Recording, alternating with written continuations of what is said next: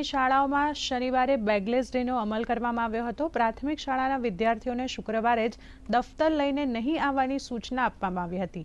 ભાર વગરના ભણતરને સાર્થક કરવા માટે શનિવારે વિદ્યાર્થીઓને મનોવિજ્ઞાન વિકાસ તેમજ સ્વચ્છતા અભિયાન, સંગીત, યોગ, સૂર્ય નમસ્કાર જેવા અનેક કાર્યક્રમ કરાવવામાં આવ્યા હતા। બાળકોએ પ્રતિભાવમાં કહ્યું હતું કે આજના દિવસે તમામ મિત્રોને એક સાથે અનેક પ્રવૃત્તિઓ કરવા અને રમતગમત એક સાથે રમવાનો આનંદ મળ્યો છે।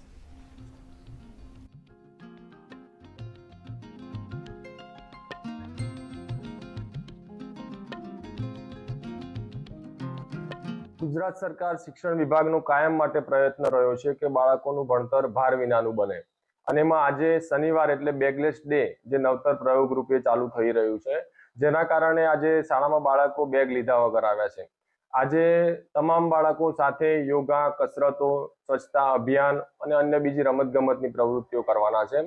ઘણી વખત બાળકો રજાના દિવસે કે રવિવારે ઘરે જે રમતગમત આ તે પ્રવૃત્તિ કરતા હોય તેમાં તેમાં મિત્રોની સામેલગીરી નથી હોતી, જ્યારે આજે તમામ મિત્રો એમના સાથે મળી શાળામાં બધી પ્રવૃત્તિઓ કરશે, તેમની અંદર મિત્રતાનું લાગણીસભર વાતાવરણ ઊભું થશે, જેના કારણે બાળકોના મૂલ્યમાં, શિક્ષણમાં ઘણો સારો એવો ફેરફાર થશે।